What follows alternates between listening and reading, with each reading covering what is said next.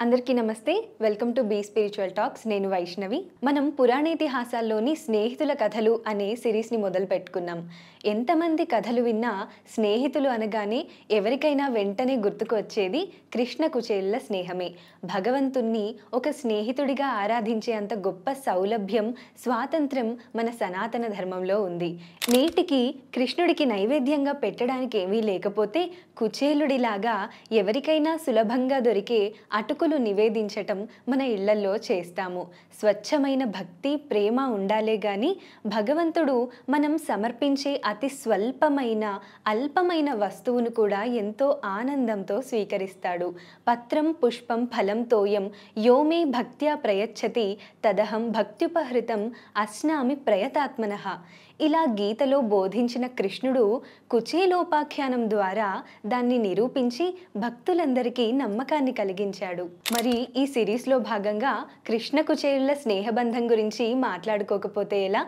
భాగవత పురాణంలో దశమ స్కంధంలో వీరి స్నేహం గురించి వర్ణన ఉంది. కుచేలుడు చిన్నప్పుడు గురుకులంలో శ్రీకృష్ణుడి సహాధ్యాయి.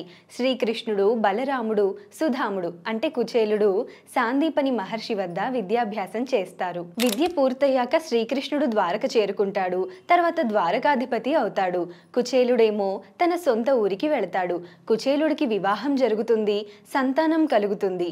శ్రీధాముడు లేదా సుధాముడు కుత్సితాని వస్త్రాన్ని అంటే చిరిగిన చేలము లేదా వస్త్రము ధరించేంత కటిక పేదరికంలో ఉంటాడు. అందుకే అతనికి కుచేల అన్న పేరు వచ్చింది. భర్తకి పిల్లలకి భోజనం కూడా పెట్టలేని దుస్థితిలో ఉన్న అతని భార్య ఇలా అంటుంది, కృష్ణుడు మీ ప్రాణమిత్రుడని పదే పదే చెబుతారు కదా, మన దీనస్థితిని ఆ ద్వారకాధిపతి గ్రహించి ఏమైనా సహాయపడగలడేమో. ఒకసారి లోకరక్షకుడైన శ్రీకృష్ణుడిని దర్శనం చేసుకుని రమ్మంటుంది. ఈ కారణంతోనైనా కృష్ణ దర్శనం కలుగుతుంది కదా అని అందుకు సంతోషిస్తాడు కుచేలుడు. ద్వారకా నగరం వెళ్లే ముందు నవనీత చోరుడు కన్నయ్యకి తీసుకువెళ్ళటానికి ఇంట్లో ఏముందని అడుగుతాడు. అతని భార్య ఒక చిన్న అటుకుల మూట కట్టి ఇస్తుంది. కుచేలుడు ద్వారక చేరుకొని అక్కడ ఉన్న దివ్యమైన భవనాలు, రాజప్రాకారాలు చూసి ఈ రాజధానిలో తనను శ్రీకృష్ణుడిని కలవనిస్తారో లేదో అని సందేహపడతాడు.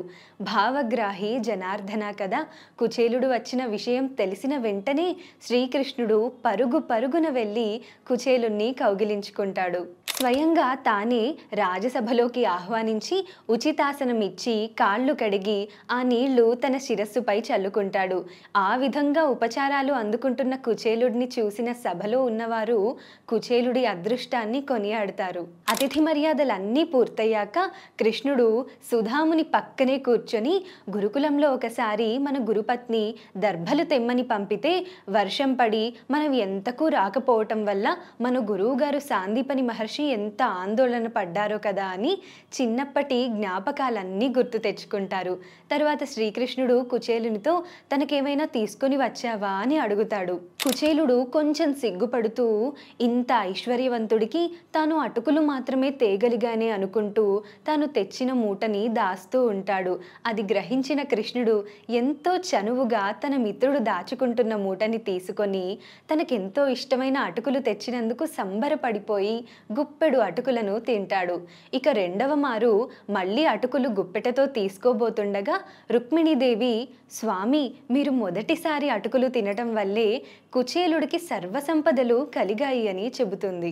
ఇక ఆ రాత్రికి కుచేలుడు కృష్ణుడి మందిరంలోనే సంతృప్తిగా భోజనం చేసి హంసతూలికా తల్పంపై నిద్రించి పొద్దున్నే సెలవు పుచ్చుకుంటాడు. ఇంటికి వస్తూ దారిలో, అరెరే వచ్చిన విషయం కృష్ణుడితో విన్నవించనే లేదే, అయినా నోరు విప్పి నాకేమైనా సర్దిపెట్టు అని ఎలా అడగను? ఆ మహాత్ముని చూడగలగటమే భాగ్యం. అసలు ఎందరు నోచుకోగలరు ఆ భాగ్యానికి అని తృప్తిగా అడుగులు వేస్తూ ఉంటాడు. ఇంటి దరిదాపులకి చేరుకున్నాక అక్కడ అంతా కొత్తగా కనిపిస్తుంది. అంత పెద్ద భవనం తన పల్లెటూరిలో ఎన్నడూ చూడనే లేదు. ఆశ్చర్యంగా అలా కళ్ళప్పగిస్తూ వస్తూ ఉండగానే పనివాళ్ళు ముందుకు వచ్చి, దయచేయండి స్వామి అని ఆ భవనంలోకి కుచేలుడిని తీసుకువెళతారు. లోపలికి వెళ్ళగానే సర్వాభరణాలతో అలంకరించుకొని అతని భార్య ఎదురై స్వామి దయచేయండి అంటూ రత్నమాణిక్యాలతో దేదీప్యమానంగా వెలుగుతున్న ఆ ఐశ్వర్య నిలయం లోపలికి తీసుకువెళుతుంది. కాస్త తేరుకున్నాక కుచేలుడికి అదంతా శ్రీకృష్ణ పరమాత్ముని అనుగ్రహమే అని అర్థమవుతుంది. అడగకపోయినా ఇచ్చే ఆ దాతకి చిన్ననాడి ఎంత సఖ్యంగా ఉండేవాడో అంతకంటే ఎక్కువ మక్కువతో ఆదరించిన తన స్నేహితుడికి కుచేలుడు మనసారా నమస్కరిస్తాడు. కృష్ణుడు ప్రసాదించిన ఐహిక భోగభాగ్యాలని అనుభవిస్తున్న తామరాకు మీద నీటి బిందువులాగా వాటి పట్ల మోహమే లేకుండా నిరంతరమైన భక్తితో కృష్ణుణ్ణి ఆరాధిస్తూ తన జీవితమంతా గడుపుతాడు. ఆ తరువాత దేవదేవుని పరమపదం చేరుకుంటాడు కుచేలుడు. ఈ ఉపాఖ్యానం ద్వారా సహజమైన స్వచ్ఛమైన స్నేహబంధాన్ని చిరకాలం ఎలా నిలుపుకోవాలో మనం నేర్చుకోవచ్చు.